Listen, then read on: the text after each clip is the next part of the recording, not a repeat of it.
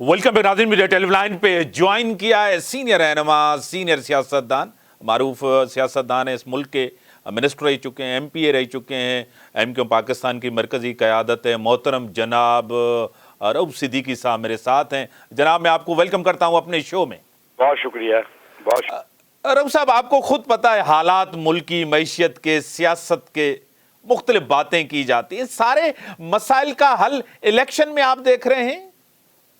देखिए, बड़ा कम्प्रिहेंसिव सवाल किया है। ये तो आपका खासा है कि आप एक ही सवाल करते हैं, लेकिन उसके जो आफ्टर शॉक है वो बहुत दूर तक जाते हैं। सही। खैर, बहरहाल मसला ये है कि जब हम अपने इतने हसीन, इतने खूबसूरत मुल्क को तख्ते मर्श बनाएंगे और नाअहल लोगों को आप ला के उनके साथ तजुर्बात करेंगे, तो ये तो होना ही है ना। एज सच महंगाई की कोई वजह नहीं है। मिसाल के तौर पे ये ज़रई मुल्क है, गंदम यहाँ पर है, कपास यहाँ पर है, तमाम चीज़ें यहाँ पे वही महंगी होंगी, ठीक है ना।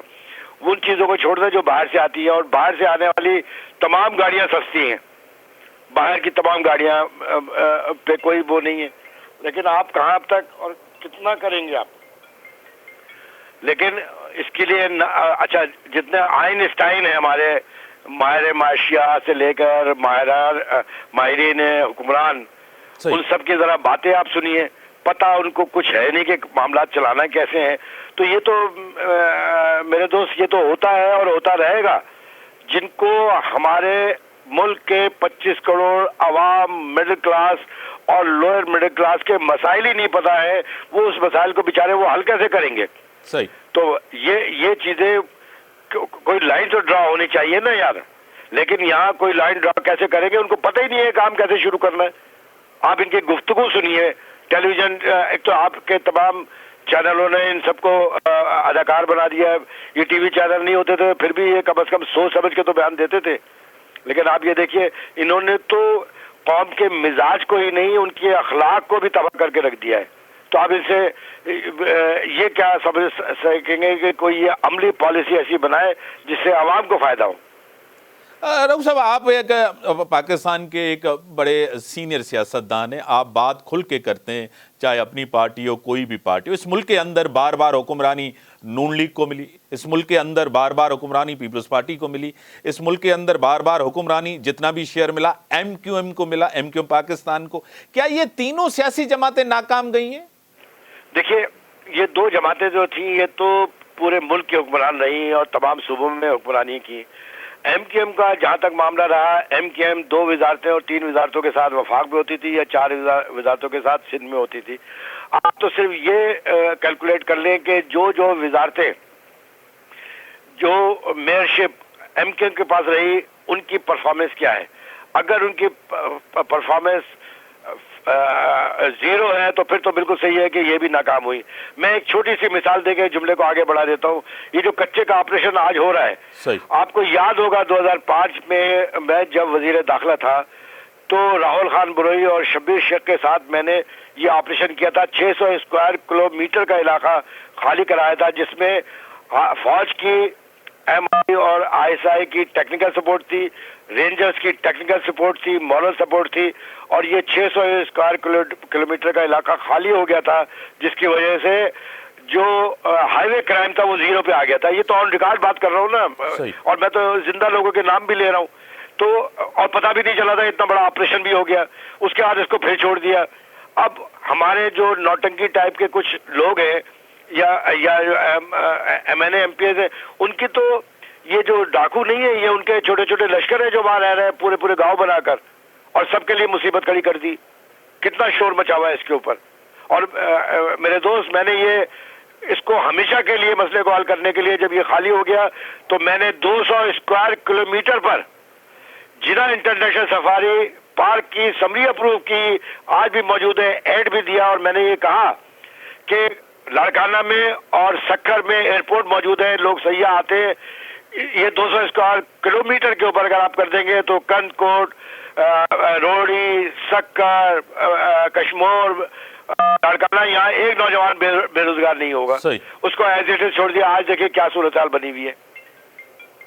रऊफ़ साहब, आपको खुद पता है कि MQM का मैंडेट था कराची में, جس طرح تحریک انصاف آئی، اس کی قیادت آئی، جس طرح اس کو سپورٹ کیا گیا، جس طرح اس کو وزیر اعظم کی کرسی پہ بٹھایا، اور اس نے جس طرح اداروں کے اوپر حملہ کیا، ہم تو سوچ بھی نہیں سکتے، دوسرے صوبے کے پارٹیاں یا لوگ تو سوچ بھی نہیں سکتے تھے جس طرح انہوں نے اداروں کے اوپر حملہ کیا، اور جس طرح ایکشن ہوا آپ کو خود بھی پتہ ہے۔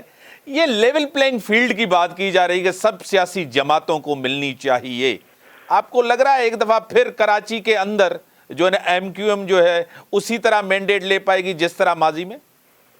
دیکھیے 2018 کا الیکشن تو سب کو پتا ہے، اس کا وکٹم تو میں بھی رہا، 70% ووٹوں سے میں جیت رہا تھا، اور رات کے 2:30 بجے جو ہے وہ وہاں سے ان لوگوں کو بھی جتا دیا جو بیچارے یو سی کے الیکشن ہارے تھے۔ خیر میں ان شارٹ کر رہا ہوں کہ دیکھیں جب یہ اس بری طریقے سے، اتنے غلط طریقے سے آپ جنون پارٹی، جنون نمائندوں کو ہروا کر آپ نے بٹھایا، تو یہ تو ہونا ہی تھا نا یار۔ یہ تو پہلے دن نوشتہ دیوار پہ تھا کہ یہ حکمرانی کرنے تھوڑی ان کو لایا گیا تھا، اور پھر انہوں نے کیا اور آخر میں حملہ ور بھی ہو گئے، جو پاکستان کی تاریخ کا بدترین واقعہ ہے کہ بجائے اس کے کہ پاکستان کے دشمن ملک کی ایجنسیاں یہ کرتی ہیں، دشمن ملک کی فوج یہ کرتی، وہ پتہ چلا کہ انہوں نے کر دیا جن کو لایا گیا تھا، اور آج بھی وہ شرمندہ نہیں ہے کوئی بھی۔ اتنا بڑا ثانیہ ہو گیا، اتنا بڑا واقعہ ہو گیا، آپ ٹیلی ویژن اٹھا کے دیکھیے نا کیا صورتحال بن رہی ہے۔ دکھ یہ ہے، آپ مخالفت کریں، آپ اختلاف رائے کریں، شدید تنقید کریں، یہ آپ کا حق بنے، لیکن جائز اور سچ کے بنیاد پہ تنقید کریں، ناجائز تنقید تو حق بھی نہیں بنتا۔ لیکن یہاں تو آپ مجھے بتائیے اس کے باوجود بھی ایک سمپیتھی رہے گی، اس کا مطلب یہ ہے کہ کل پھر کوئی اور آگے کھڑا ہو جائے۔ اور جہاں تک آپ نے ایم کیو ایم کی بات کی، ایم کیو ایم کے اوپر بدترین آرمی آپریشن 92 میں ہوا، اور اس کے بعد بھی ہوتا رہا، پھر 2016-15 سے ہوتا رہا۔ ایم کیو ایم نے کبھی اداروں کے اوپر حملے نہیں کیے، ایم کیو ایم نے کبھی ایک گولی کہیں سے نہیں چلی، اور ہم نے، کیونکہ پاکستان ہمارے آباء و اجداد اور پاکستان ہر اس شخص کا ہے جس نے پاکستان کے لیے جدوجہد کی، جو سندھ میں تھے، جنہوں نے قرارداد پاس کی، یہ تو وہ اپنے آنکھوں کے سامنے اپنے وطن کو، اپنے ملک کو اس طریقے سے جس طرح 9 مئی کو ہوا، ہم تو دیکھ کے حیران اور پریشان لگ رہے تھے، ایسا لگ رہا تھا کہ ہندوستان کی فوج نے چڑھائی کر دی ہے۔ صحیح۔ رؤوف صاحب ایک ویڈیو بھی چل رہی ہے سوشل میڈیا پہ، اس کا بھی ایک ریسپونس دیتے جائیں آپ۔ میرے خلاف چل رہی ہے تو وہ اصل میں ان کو مل گیا نوٹنکیوں کو۔ یہ تقریباً 7 سال پرانی ویڈیو تھی، انہوں نے ظاہر بات ہے وہ سب پی ایس پی بنی تھی، ان کے ساتھ بیٹھ کے دعوادار پریس کانفرنس کی، اور پھر میں نے اس کا جواب بھی تمام چینلوں پہ دیا تھا۔ میں نے کہا حضور یہ فرما رہے ہیں، یہ تو اپنے پسینہ کسی کو نہ دیں، اور یہ تو ایم کیو ایم کے تو لوگوں کو بلا کے چائے کی دعوت کرتے تھے۔ تو خیر اس پہ میں نے ہتک عزت کا دعویٰ دائر کیا ہائی کورٹ میں، جو ابھی تک کیس چل رہا ہے۔ اب مرحوم کا انتقال ہو گیا تو میں عجیب پریشان تھا، میں نے کہا یار اب تو ان کا انتقال ہو گیا، اب کیا کروں، یہ کسی پیشے میں بھی نہیں آئے۔ صحیح۔ اب میں یہ سوچا تھا کہ اس کو میں واپس لے لوں، مرنے والے کو کیا کہوں جو اللہ کی عدالت میں پہنچا ہوا ہے، تو اس کے لیے میں کبھی بھی کسی مرحوم کے بارے میں نہیں کرتا ہوں۔ لیکن اچانک جو میں نے ٹکٹ دیکھے وہ جماعت اسلامی کے کوئی گروپ ہے وہ چلا رہا ہے، اور اب اس طریقے سے تو میں نے کہا یار اب ایک اپلیکیشن میں اس پہ لگا رہا ہوں کہ جناب یہ جو پوسٹ چلانے والے ہیں ان کو نہیں پتا کہ یہ عدالت میں ہتک عزت کا مقدمہ ہے، اس پہ کئی کروڑ میں نے ہرجانے کا دعویٰ کیا ہوا تھا، لیکن مرحوم تو نہیں آئے نا۔ لیکن اب مجھے اچھا بھی نہیں لگ رہا ہے، لیکن یہ تو باز نہیں آ رہے ہیں نا، ان کو تو ایک چیز مل جائے تو لے کے اڑتے، کیونکہ کرنا کرانا انہوں نے کچھ ہے نہیں، یہ چلتے ہی اسی بنیاد پر ہے، تو مجھے تو کوئی تکلیف نہیں، لیکن یہ اس غریب مرحوم کی مٹی کو خراب کرنے پہ تلے ہوئے۔ بڑی مہربانی محترم جناب عبدالرؤف صدیقی صاحب، سینئر رہنما، سینئر سیاستدان، آپ کے سامنے ان کا پوائنٹ آف ویو رہا، جس طرح وہ ہوم منسٹر بھی رہے تھے سندھ کا، وہ بھی اپنا ایکسپیرینس شو کر رہے تھے، اور ملک کے حالات، الیکشن، جمہوریت آزمائے ہوئے ہیں بار لوگ، پھر بھی ایک جمہوریتی حل ہے، سسٹم کے اندر الیکشن ہے، جو مینڈیٹ لے کر آئے اسی کو حکمرانی ملے۔ ان سنگت اللہ حافظ۔